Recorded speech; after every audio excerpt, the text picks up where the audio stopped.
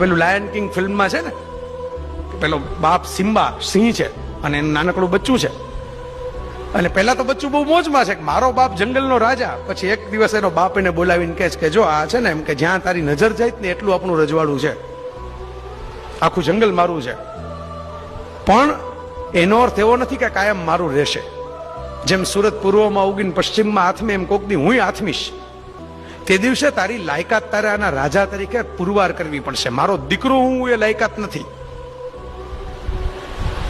આ જંગલ છે, તને સ્વીકારશે નહીં, તું એમને કિંગ થઈને બેસીશ તો મારા દીકરા તરીકે તારે તારી લાયકાત પુરવાર કરવી પડશે.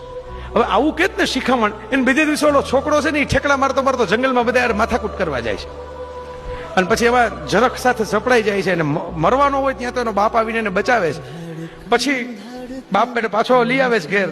એટલે પેલું બચ્ચું એમ કે છે કે એમ કે તમે એમ કહેતા હતા ને કે પુરવાર કરવી પડશે લાયકાત, એટલે હું પુરવાર કરવા ગયો આજે લાયકાત એમ.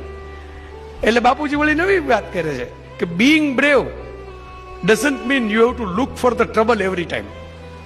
બહાદુર હોવો એનો અર્થ એવો નહીં ગમે ત્યાં ગમે ત્યારે પંગા લેતા ફરવું.